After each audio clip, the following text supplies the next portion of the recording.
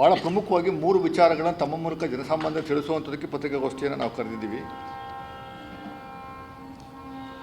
ಒಂದು, BJP ಸರ್ಕಾರ 2014ರಲ್ಲಿ ಅದು ಅಸ್ತಿತ್ವಕ್ಕೆ ಬಂದ ಮೇಲೆ ಕಳೆದ 11 ವರ್ಷಗಳಿಂದ ನಿರಂತರವಾಗಿ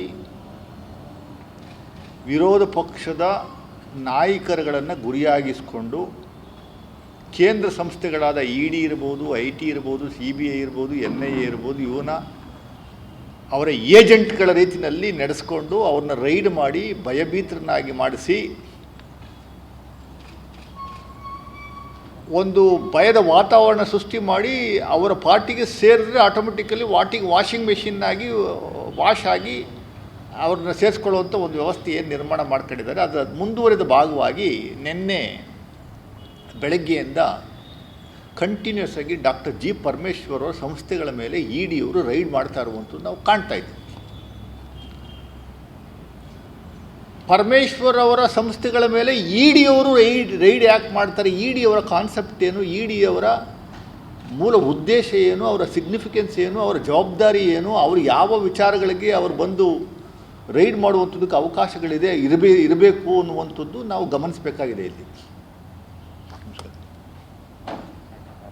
ED will come into play only when there is a economical offense, money laundering ಆಗಿರುವಂಥ ಸಂಸ್ಥೆಗಳಲ್ಲಿ ಅದಕ್ಕೆ ಯಾರಾದರೂ ರೆಕಮೆಂಡ್ ಮಾಡಬೇಕು.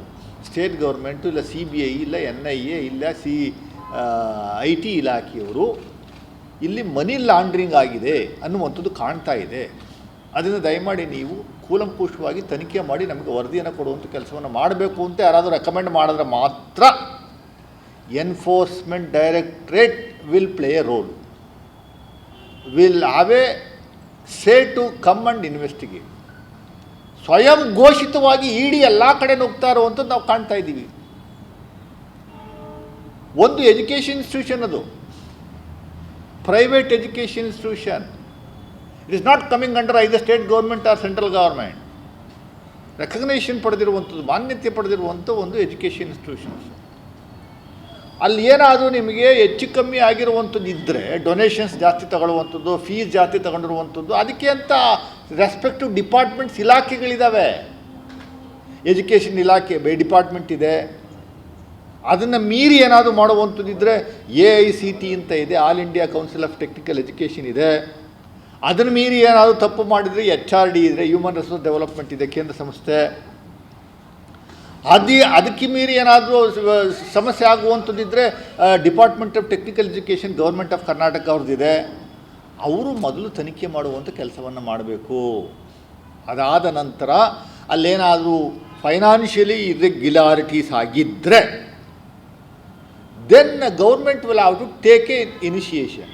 ಯಾರಿಗೆ ಹ್ಯಾಂಡ್ ಓವರ್ ಮಾಡಬೇಕು ಅಂದರೆ ಇನ್ಕಮ್ ಟ್ಯಾಕ್ಸ್ಗೆ ಮತ್ತೊಬ್ಬರಿಗೆ. EDಗೆ ಅವಕಾಶನೇ ಇಲ್ಲ. ಪ್ರೈವೇಟ್ ಎಜುಕೇಷನ್ ಇನ್ಸ್ಟಿಟ್ಯೂಷನ್ಸ್ನ ರೈಡ್ ಮಾಡುವಂಥದ್ದಕ್ಕೆ, ಹೋಗಿ ಇನ್ವೆಸ್ಟಿಗೇಟ್ ಮಾಡುವಂಥದ್ದಕ್ಕೆ ಅವಕಾಶಗಳೇ ಇಲ್ಲ. ಭಾಳ ಸ್ಪಷ್ಟವಾಗಿದೆ ಇದು. ಮತ್ತು ಉದ್ದೇಶ ಏನು, ED ಅವರು ಯಾಕೆ ನೆನ್ನೆಯಿಂದ ಅಲ್ಲಿ ಹೋಗಿ ಕೂತವ್ರೆ, ಎಲ್ಲ ಸಂಸ್ಥೆಗಳನ್ನು G. ಪರಮೇಶ್ವರ ಸಂಸ್ಥೆಗಳೆಲ್ಲ ಯಾಕೆ ತನಿಖೆ ಮಾಡುವಂಥ ಕೆಲಸವನ್ನು ಮಾಡ್ತಾ ಇದ್ದಾರೆ ಅಂದರೆ, ನಮಗೆ ಇರುವಂಥ ಮಾಹಿತಿ ಪ್ರಕಾರ ಕೇಂದ್ರದ ಸರ್ಕಾರದಲ್ಲಿರುವಂಥ BJPಯವರ ಒಂದು ದ್ವೇಷದ ರಾಜಕಾರಣ. ಅವರಿಗೆ ದಲಿತರು ಮುಂದುವರಿಯುವಂಥದ್ದು ಇಡಿಸಲ್ಲ, ಹಿಂದುಳಿದ ವರ್ಗದವರು ಮುಂದೆ ಬರುವಂಥದ್ದು ಇಡಿಸಲ್ಲ, ಮೈನಾರಿಟಿಯವರು ಮುಂದೆ ಬರುವಂಥದ್ದು ಇಡಿಸಲ್ಲ, ಸಹಿಸಲ್ಲ. ಆ ಹಿನ್ನೆಲೆಯಲ್ಲಿ they are targeting Dalit leaders, particularly in Karnataka, Dalit and backward leaders and minority communities. ಈ ಹಿಂದೆ ಮೂಡಾ ವಿಚಾರದಲ್ಲಿ ಸಿದ್ದರಾಮಯ್ಯನವ್ರನ್ನ ನಿರಂತರವಾಗಿ ಟಾರ್ಗೆಟ್ ಮಾಡಿ ಅವರಿಗೆ ಕಿರುಕುಳ ಕೊಡುವಂಥ ಕೆಲಸವನ್ನು ಮಾಡೋದು. ಸತ್ಯಮೇವ ಜಯತೆ, ಸತ್ಯಕ್ಕೆ ಜಯ ಸಿಗುತ್ತೆ ಅನ್ನುವಂಥದ್ದಕ್ಕೆ ಸಿದ್ದರಾಮಯ್ಯನವ್ರದ್ದೇ ಉದಾಹರಣೆ. ಪ್ರಮುಖವಾಗಿ ಡಾಕ್ಟರ್ G. ಪರಮೇಶ್ವರ ಸಂಸ್ಥೆಗಳಿಗೆ ಕೆಟ್ಟ ಹೆಸರು ತರಬೇಕು, G. ಪರಮೇಶ್ವರ್ಗೆ ಕೆಟ್ಟ ಹೆಸರು ತರಬೇಕು ಅನ್ನುವಂಥದ್ದು ಏಕೈಕ ಉದ್ದೇಶ ED ಅವ್ರದ್ದಾಗಿದೆ ಅನ್ನುವಂಥದ್ದು ನೇರ ಆರೋಪವನ್ನು ನಾನು ಕಾಂಗ್ರೆಸ್ ಪಕ್ಷದ ವಕ್ತಾರನಾಗಿ ಮಾಡ್ತಾ ಇದ್ದೀನಿ. They are targeting Dalit leaders in Karnataka. ಇದು ನಿನ್ನೆ ಮೊನ್ನೆ ಹುಟ್ಟಿದಂಥ ಸಂಸ್ಥೆ ಅಲ್ಲ. ಕಳೆದ 67 ವರ್ಷದಿಂದ ನಿರಂತರವಾಗಿ ಅವ್ರ ತಂದೆ ಗಂಗಾಧರರವರು ದಮನಿಯ ಜನಾಂಗದವರಿಗೆ ಎಜುಕೇಷನ್ನ ಕೊಡುವಂಥ ಕೆಲಸವನ್ನು ಮಾಡ್ಕೊಂಬರ್ತಾ ಇರುವಂಥದ್ದು. ಡಾಕ್ಟರ್ ಜಿ ಪರಮೇಶ್ವರ್ ಅವರು ಅವರು ಕೈಗೆತ್ಕೊಂಡ ಮೇಲೆ ಅವರು ಅವ್ರ ಬ್ರದರ್ಸ್ ಅವರು ಆ ಸಂಸ್ಥೆಯನ್ನು ಕೈಗೆತ್ಕೊಂಡ ಮೇಲೆ ವಿಸ್ತರಣೆ ಮಾಡಿದ್ದಾರೆ. They have expanded the institution. Engineering ಕಾಲೇಜುಗಳು ಮಾಡಿದ್ದಾರೆ, ಮೆಡಿಕಲ್ ಕಾಲೇಜುಗಳು ಮಾಡಿದ್ದಾರೆ, ನರ್ಸಿಂಗ್ ಕಾಲೇಜ್ ಮಾಡಿದ್ದಾರೆ, ಇತರ ಸಂಸ್ಥೆಗಳನ್ನ ಎಲ್ಲ ಕಡೆನೂ ಮಾಡುವಂಥ ಕೆಲಸವನ್ನು ಮಾಡಿದ್ದಾರೆ. ಅದಕ್ಕೆ ಲೆಕ್ಕ ಬುಕ್ಕುಗಳೆಲ್ಲ ಇದ್ದಾವೆ. ಇಲ್ಲಿವರೆಗೆ ಇಡಿಯವರ ಇತಿಹಾಸವನ್ನು ನೀವು ಗಮನಿಸಿದ್ರೆ ಪಾರ್ಲಿಮೆಂಟ್ಗೆ ಯೂನಿಯನ್ ಫೈನಾನ್ಸ್ ಮಿನಿಸ್ಟರ್ ಕೊಟ್ಟಿರುವಂಥ ಮಾಹಿತಿ ಪ್ರಕಾರ union finance minister has submitted the informations to TMC ಅವರು ಲೀಡ್ರು ಒಬ್ಬರು ಪ್ರಶ್ನೆ ಕೊಟ್ಟಿರುವಂಥ ಮಾಹಿತಿ ಪ್ರಕಾರ ಇಲ್ಲಿಯವರೆಗೆ 2014 ಏಪ್ರಿಲ್ ತಿಂಗಳಿಂದ 2024 ಏಪ್ರಿಲ್ ತಿಂಗಳವರೆಗೆ ಎನ್ಫೋರ್ಸ್ಮೆಂಟ್ ಡೈರೆಕ್ಟ್ರೇಟ್ನವರು 2 ಇಲಾಖೆಗಳು ಅವ್ರ ವ್ಯಾಪ್ತಿಗೆ ಬರ್ತವೆ. ಒಂದು ಫೆಮಾ, ಇನ್ನೊಂದು PMLA. ಫೆಮಾ ಅಂದರೆ foreign exchange management act, FEMA FEMA. ಅದರ ಅಡಿನಲ್ಲಿ ದೇಶಾದ್ಯಂತ 24,893 ಕೇಸಸ್ನ ಈ ಫೆಮಾ ಅಡಿನಲ್ಲಿ ರಿಜಿಸ್ಟರ್ ಮಾಡಿದ್ದಾರೆ.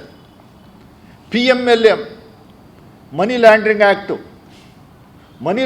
ಆ್ಯಕ್ಟ್ ಅಡಿನಲ್ಲಿ 3,985 ಕೇಸಸ್ನ ರಿಜಿಸ್ಟರ್ ಮಾಡಿದ್ದಾರೆ ಇಡೀ ದೇಶಾದ್ಯಂತ ಕಳೆದ 10 ವರ್ಷಗಳಲ್ಲಿ.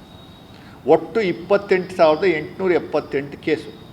28,878 ಕೇಸ್ಗಳನ್ನ ಇವರು ಇಡಿಯವರು ಇಲ್ಲಿಯವರೆಗೆ ರೈಡ್ ಮಾಡಿರುವಂಥದ್ದು. ಅದರಲ್ಲಿ ಚಾರ್ಜ್ ಶೀಟ್ ಮಾಡಿ ಪ್ರೂವ್ ಮಾಡುವಂಥದ್ದಕ್ಕೆ ಅವಕಾಶ ಸಿಕ್ಕಿದ್ದವ್ರಿಗೆ ಬರೀ 992 case. Only 992 cases are charge ಶೀಟ್ನ ಸಬ್ಮಿಟ್ ಮಾಡಿರುವಂಥದ್ದು. ಅವ್ರಿಗೆ ಸಿಕ್ಕಿರೋದು 28,878 ಕೇಸಲ್ಲಿ ಬರೀ 992 ಕೇಸಸ್ಗೆ ಮಾತ್ರ ಚಾರ್ಜ್ ಶೀಟ್ ಹಾಕುವಂಥದ್ದಕ್ಕೆ ಅವಕಾಶ ಆಗಿರುವಂಥದ್ದು. ಇಲ್ಲಿಯವರೆಗೆ ಕನ್ವಿಕ್ಷನ್ ಆಗಿರುವಂಥದ್ದು ಬರೀ 23.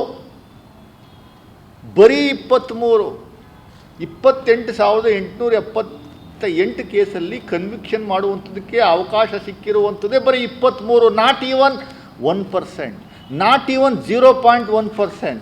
It is 0.079%. 0.079% ಅಂದರೆ ನೀವು ಲೆಕ್ಕ ಹಾಕೊಳ್ಳಿ ಇವರ ಯೋಗ್ಯತೆ ಏನು ಅನ್ನುವಂಥದ್ದು ಅರ್ಥ ಮಾಡ್ಕೊಳ್ಳಿ. 98% of the ED raided cases are all belonging to opposition parties. 98%. 98% ಎಲ್ಲ ಅಪೋಸಿಷನ್ ಲೀಡರ್ಸ್ಗಳನ್ನ, ಅಪೋಸಿಷನಲ್ಲಿರುವಂಥ ಮುಖಂಡರುಗಳನ್ನ ರೈಡ್ ಮಾಡಿರುವಂಥದ್ದು, ಕೇಸ್ನ ಬುಕ್ ಮಾಡಿರುವಂಥದ್ದು ನಾವು ಕಾಣ್ತಾ ಇದ್ದೀವಿ. ಅದರಲ್ಲಿ ರಿಮೈನಿಂಗ್ 2% ಯಾರವರು? ರಿಮೈನಿಂಗ್ 2% ಅವರು ಅವರ ಅಪೋನೆಂಟ್ಸೇನೆ. ಆದರೆ ಅವರು ರೈಡ್ ಮಾಡಿ ಆದಮೇಲೆ BJPಗೂ ಸೇರ್ಕೊಂಡವ್ರೆ. BJP ವಾಷಿಂಗ್ ಮಿಷಿನ್ ಒಳಗಡೆ ಹಾಕಿ ವಾಶ್ ಆಗಿ ಕ್ಲೀನಾಗಿ BJPನಲ್ಲಿ ಸೇರ್ಕೊಂಡಿರುವಂಥವ್ರು ರಿಮೈನಿಂಗ್ 2%. ಅಂದರೆ ಇಡಿಯವರ ಯೋಗ್ಯತೆ ಏನು ಅನ್ನುವಂಥದ್ದು ನಾನು ಹೇಳ್ತಾ ಇದ್ದೀನಿ ಡೈರೆಕ್ಟಾಗಿ.